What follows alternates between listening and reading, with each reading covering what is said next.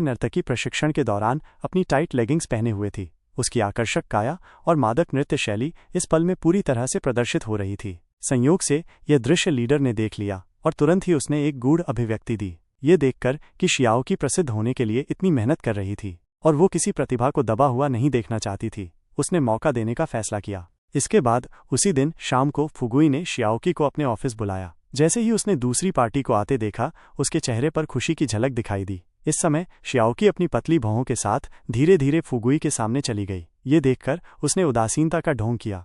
ये देखकर कि फुगुई अभी भी अडिग थी, शियाओकी ने पहल करने का फैसला किया और धीरे धीरे उसके पास चली गई। जब फुगुई ने फिर से अपना सिर उठाया तो उसे तुरंत दूसरी पार्टी की खुशबू महसूस हुई। अपने शिकार को बेहतर ढंग से नियंत्रित करने के लिए फुगुई ने सीधे लुभाना और जाने देना की चाल चली। खड़ी होकर ऑफिस से निकलने का इरादा किया, लेकिन अप्रत्याशित रूप से शियाओकी, जिसने हार मान ली थी, ने अचानक उसे पीछे से गले लगा लिया। अपनी इतने सालों की अनसुनी इच्छाओं और स्टेज प्रदर्शन की तीव्र इच्छा को बताया।